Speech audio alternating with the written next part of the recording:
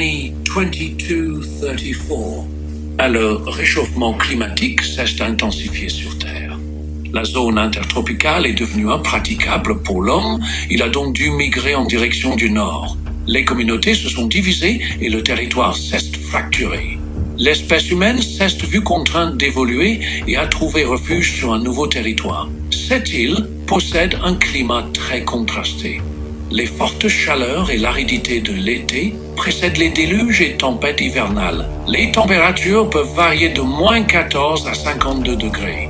Ces forts contrastes climatiques ont bouleversé la faune et la flore sur l'île.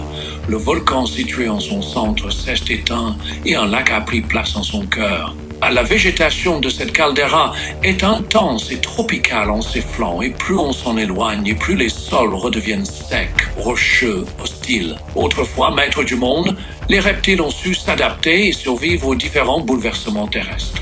Ils s'étaient déployés sur tous les types de territoires, qu'ils soient terrestres, marins, arboricoles ou cavernicoles, et quel que soit le climat, grâce à leur capacité de thermorégulation.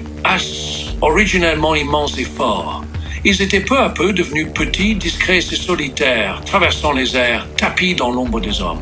C'est à la suite du grand bouleversement que le métabolisme et la physiologie humaine a évolué et a adopté des caractéristiques reptiliennes pour survivre dans ce nouveau monde. Les sliders voient le jour. Leur peau est désormais formée de 2 couches, une constituée de pigments et l'autre de cristaux. Et cela lui permet de changer de couleur pour exprimer ses émotions et ses humeurs. Et leur langue s'est fourchue, ce qui leur permet de capter les odeurs et savoir à qui ils ont affaire. Leur mode de communication verbale s'est éteinte. La musique a pris une place toute particulière, notamment les instruments à percussion qui leur permettent de communiquer entre eux par vibration. La constitution de leur cerveau a également changé pour se rapprocher d'un cerveau reptilien, ancestral et instinctif, répondant aux besoins vitaux primitifs.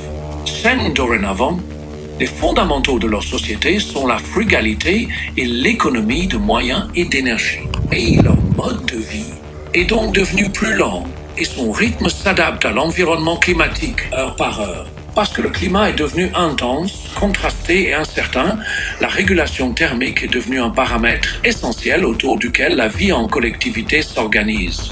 Des moments de méditation solaire collective et des périodes de hibernation collective sont donc nécessaires.